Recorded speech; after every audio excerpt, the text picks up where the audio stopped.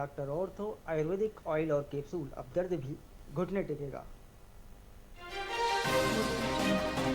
राजस्व निरीक्षक परीक्षा पेपर लीक मामले में चालान पेश। ईओडब्ल्यू ने 3000 पन्नों का चालान कोर्ट में पेश किया। एग्जाम से पहले 100 से ज्यादा कैंडिडेट तक प्रश्न पत्र पहुंचा।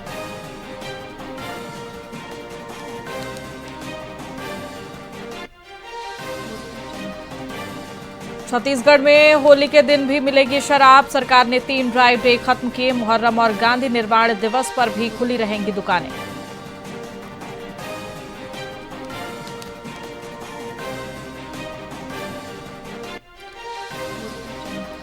रायगढ़ में 4 महीने से पेंशन नहीं मिली। पेंशनधारियों की समस्या पर कांग्रेस ने किया प्रदर्शन। नारेबाजी कर जल्द पेंशन देने की मांग की।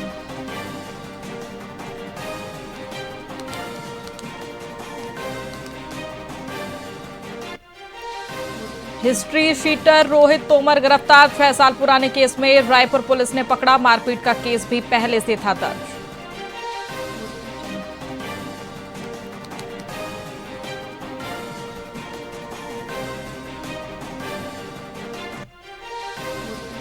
NH 343 की दुर्दशा के विरोध में 1.5 घंटे चक्का जाम। कांग्रेसियों के साथ ग्रामीण मास्क लगाकर बैठे। 10 दिनों में सुधार का मिला आश्वासन।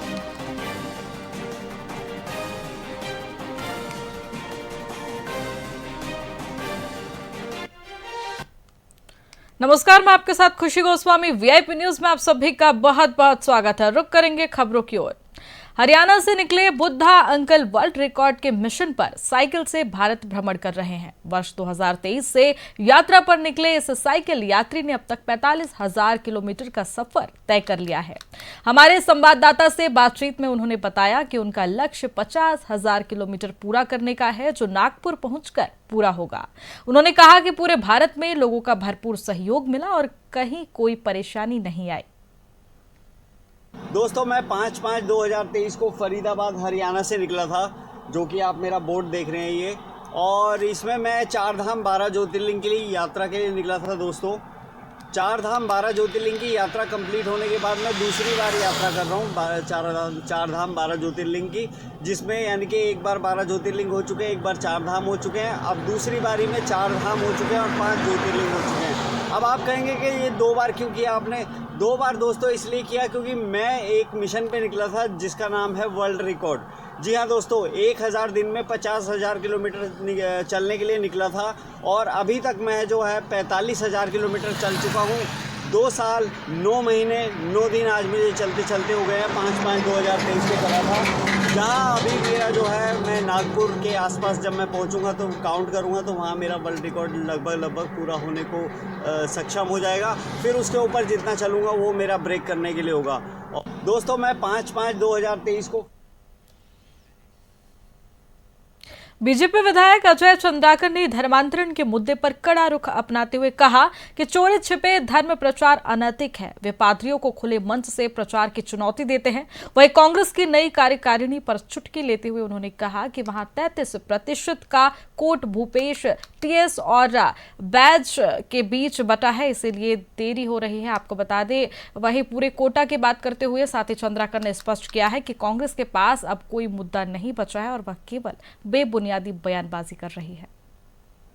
अमरजीत भगत मैन पाट महोत्सव के समर्थन में है, विरोध में है। मैन पाट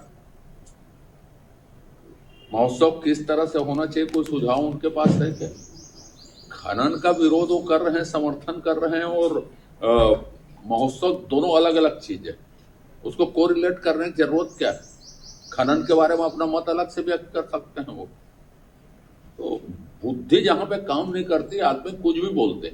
तो बुद्धि के विचलन के शिकार है कांग्रेस के लोग। उसमें क्या लिपापोती की जरूरत है? जो आप लोगों ने ही लिखा है उसको तो FIR हो गई, गिरफ्तार हो गए, आगे जांच होगी और भी जो तथ्य होंगे वो उसके आधार पर कार्रवाई होगी। अब ऐसा तो नहीं है अमरजीत भगत जी कहेंगे वो कार्रवाई होगी। क्या है वो? न्यायाधीश हैं, कलेक्टर हैं, SDM है, क्या है अमरजीत भगत जी? अमरजीत भगत मुख्यमंत्री विष्णुदेव साय के कोरिया प्रवास का दूसरा दिन राजनीतिक, सामाजिक और सांस्कृतिक गतिविधियों से भरपूर रहा। जिला पंचायत के मंथन कक्ष में सरगुजा विकास प्राधिकरण की बैठक में वरिष्ठ मंत्री और विधायक मौजूद रहे, तो वहीं सीएम ने क्षेत्रीय विकास और जन कल्याणकारी योजनाओं की समीक्षा की। उन्होंने जलाशय परिसर में महतारी वंदन योजना के हितग्राहियों और श्री रामलला दर्शन योजना के लाभार्थियों से मुलाकात की। वहीं 500 दर्शकों की क्षमता वाले ओपन थिएटर का लोकार्पण किया और पर्यटक सुविधाओं व रोजगार के लिए निर्देश भी दिया।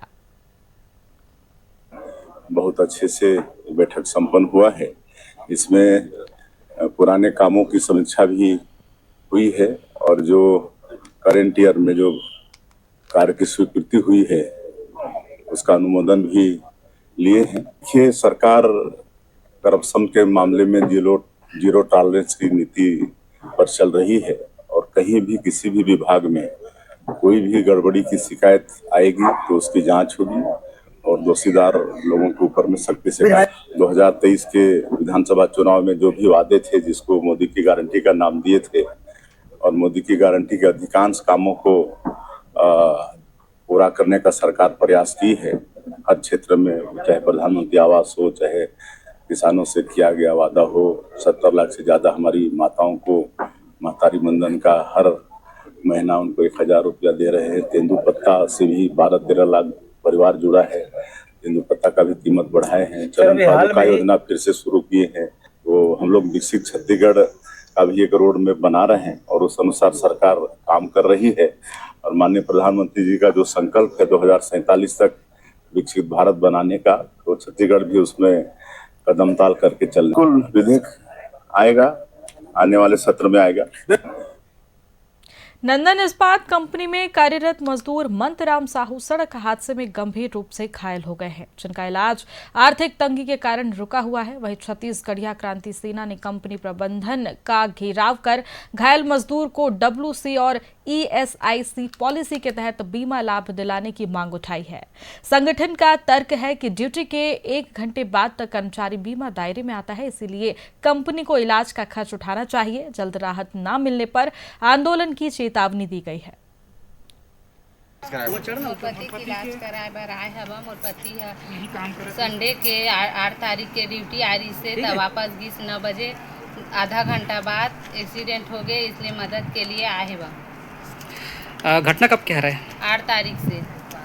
अभी तक कंपनी प्रबंधन का आपमन के सहायता कुछ करे है? कुछ सहायता नहीं कंपनी तरफ से। तो अभी आपमन का चाहत हो? सहायता देवा कंपनी करके कहा था, पूरे इलाज के लिए मदद चाहिए। बेटा के ठीक से इलाज होगा और ठीक से इलाज करवाया कंपनी है। और मोर बेटा गोठियावत नहीं है। 8 तारीख के 9 बजे मोर बेटा एक्सीडेंट हो है, कोई कंपनी वाला मन देखे बर नहीं है।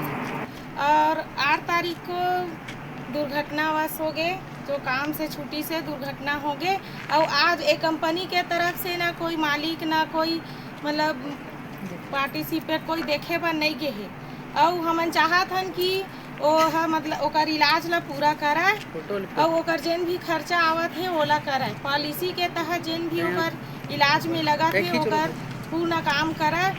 और 8 तारीख की जब ड्यूटी आ रही से ड्यूटी से वापस जात रही से तो 12 घंटे ड्यूटी, 8 घंटा ड्यूटी 12 घंटा करी से। उसके बाद जैसे ही यहाँ से निकली 15 मिनट के बाद में एक्सीडेंट हुई से। एक्सीडेंट होने के बाद में आज वहाँ हॉस्पिटल में पड़े, लेकिन वहाँ कोई न देखने वाला है न कोई इलाज के कोई कुछ दे भैया है। और ये दीदी के कहना है कि अतक मैं गरीब आदमी हूँ और मोर आदमी के आज कोई देख रेख करैया नहीं है कंपनी में, ऐसे करके हमार GRC में आई से दीदी है और अपन गुहार लगई से और बताई से तब हमने दीदी के मदद करे बर। अब नंदन स्टील में 1 साल से काम में आवत रही से और वो दिन 8 तारीख की ड्यूटी आ रही से 8 घंटा ड्यूटी रही से। और एक कंपनी वाला माना 4 घंटे OT रोका है नहीं तो 9:15 के आउट हो है, 9:30 बजे एक्सीडेंट हो है। इलाज में कोनो ध्यान नहीं देवते, हमारे गरीब आदमी हैं। दुर्घटना कब हो है? दुर्घटना 8 तारीख की हो है रात में। बड़ दुखद घटना है।